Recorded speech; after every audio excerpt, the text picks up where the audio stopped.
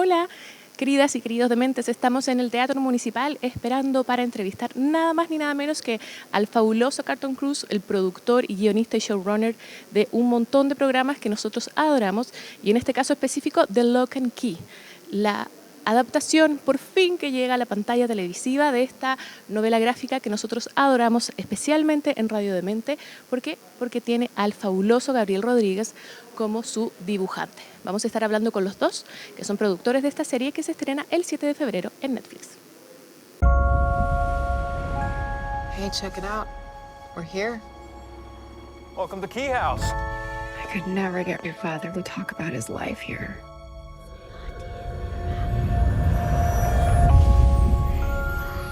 My kids need a home. Does it have to be this home? Hello? Are you my echo? Yes. Hi, everybody. We are with the greatest man on television right now, I think, Carlton Cuse. You can remember, I don't know, Crime Story. I love Crime Story. Lost, Bates Motel, The Stain. You have like, so many shows. And we are with the Chilean who won an Einstein, my dear friend, Gabriel Rodríguez. Pleasure to be here, Sol. We're here because you are finally, yay, 3 pilots and 10 years in the making. We finally have a TV show of Locke and Key. Full season of Locke and Key, at last.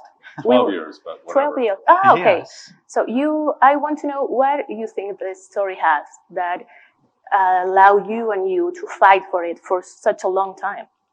I mean, it's just a very special story. When I read the comic in 2008, I was so moved, and I thought it was incredible because it's a genre story, it's fantasy and horror, but it felt completely fresh. It felt like nothing I had seen before. It didn't feel derivative, and mostly it had heart. You had these wonderful characters who you really cared about, and this family at the core in this experience. And I watch a lot of genre stuff, and most families who move into a weird house, first of all, they should leave immediately. It's because the houses are terrible. Yeah, Secondly, they're not really that appealing as people. I'm like, fine, if you get eaten by a ghost, that's great.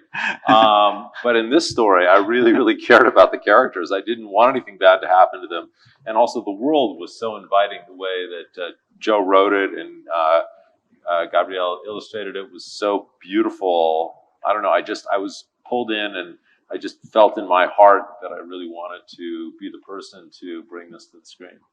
Excellent. Gabriel, you commented earlier that as your creator, you have to be willing to adapt to the process of an adaptation, because it's the story that's now told in a new media. Yeah. Tell me a little more about the process of making the show. Basically, it's like turning ideas that are represented in a certain way and told in a certain language to a completely different supporting base to build this entire new building. I think when you move from comics to a TV series, for example, there are things that you're allowed to do in a comic book because of the graphic language in which it's told, in which, for example, you can do something as bizarre as the way in which the head key works, because you can actually draw a kid with a head popped open and then his siblings peeking inside and watching this fantastic landscape inside. And it's everything told in the same language. So despite how weird and bizarre the scene is, everything blends naturally. So when the kid picks a book and stuck it in his head, and the head had to adapt the shape in order the book to fit in, it's something that in comic book form feels very natural and works as a storytelling tool. But then when you get to have to find a way to portray the head key in a TV show, for example, the thing is to capture this environment in which you construct the mind of the people that inhabit it. But you can't do it literally like it was in the comic, because if you wanted to do it the same way, you would need to CGI the top part of a head and then build something by computer graphics that fits inside of it.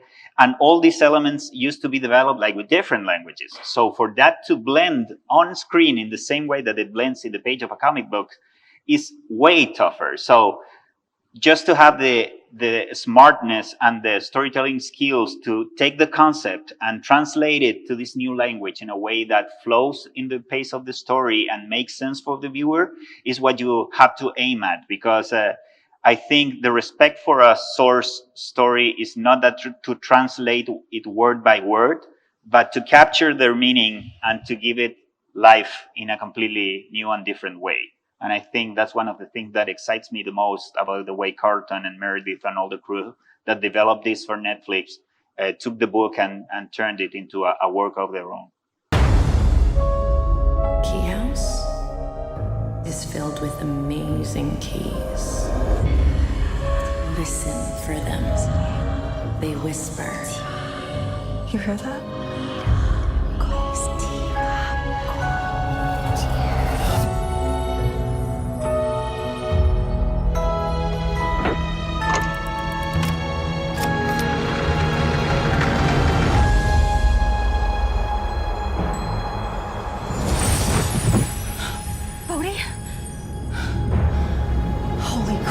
And about the genre, Netflix has already Umbrella Academy, and your partner in crime Lost adapted Watchmen now recently. So, do you feel pressure of the expectation, not only the fans of this comic, but the public in general, because we are watching a lot of more TV, more niche shows now? I think one of the goals that Meredith and I had in working on this adaptation, Meredith Averill, my co-writer, was to make it for a broad audience. It felt like in this niche environment that it would be really great to make a show that everyone could watch together. And so that became something that was actually it felt like this material lent itself to that there were so many elements that would appeal to different audiences that if we could blend them together and get the kind of cocktail of all of the elements in the right proportions, that this could be a show that people would watch together like the best of big movies. You know, we thought about the Harry Potter franchise or the Pirates of the Caribbean franchise, or I think great Disney films. You know, I love Frozen. I'm not the target audience for Frozen. But we wanted to tell a story that had more universal appeal than be just a niche show. Yeah. So that was really the goal, but the DNA was all there in the comic. And you have the experience to develop a show for a streaming platform with Jack Reacher. Jack Ryan. Ryan. I'm sorry, Jack Ryan. Jack Reacher's different. No, there's a lot of Jacks. Yeah. There's Jack Bauer. Jack Chipper. One of my right. TV loves. You should know that. I want to know how it is to develop a show for with no commercial breaks or the necessity of a cliffhanger. It's fantastic. I mean, I had such a great experience working with Netflix. I mean, they were both incredibly respectful, incredibly deferential. They supported the vision that Meredith and I had for telling the story, and they were also very open to letting us do the content the way we wanted to do it, and they didn't try to dictate the direction that we needed to go in. And this idea of, we tried to design the show so that it was very bingeable, so that when you get to the end of an episode, you really want to watch the next one and the next one and the next one. And it's just exciting to not have those impediments that exist in network television to keep you from viewing. I mean, just the commercial load and having to wait, having to watch it on their schedule, or having, the idea that you can go on Netflix, you can watch whatever you want to watch, when you want to watch it, how you want to watch it, seems like a great evolution in television. There is a crazy evil thing who wants these keys.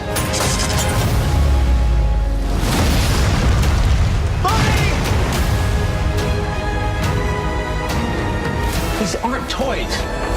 They're weapons. These keys, they're our legacy.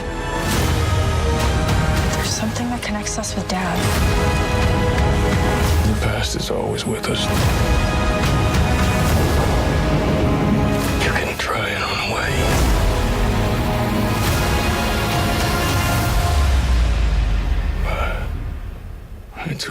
always there. Whatever you think you understand about those keys, you don't.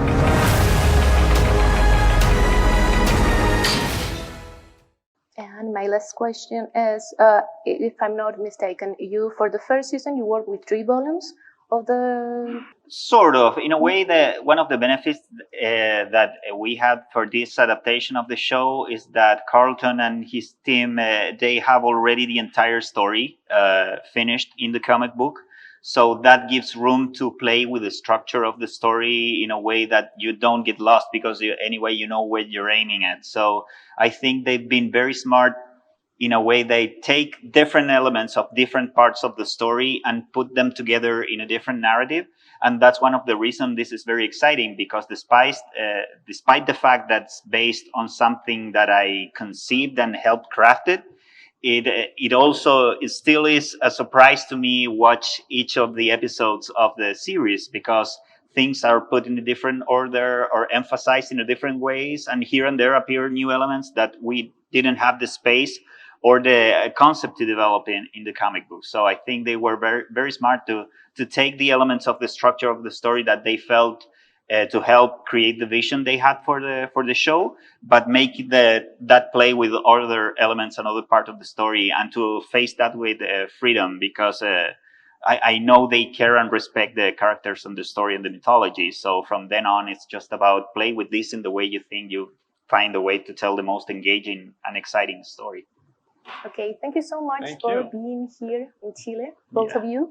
And we were really expecting to watch this show. I already almost watched entirely the first season, but on el 7 de febrero on Netflix. We'll Thank see. you. We hope everyone will enjoy it worldwide, the February 7th release. And I'm really hoping that the Chilean audience is going to enjoy it. I hope they'll feel proud with what we achieved here, and especially dedicated to all the people that have supported us in the making of the comic and in the making of the TV show. We're really hoping that they will enjoy it.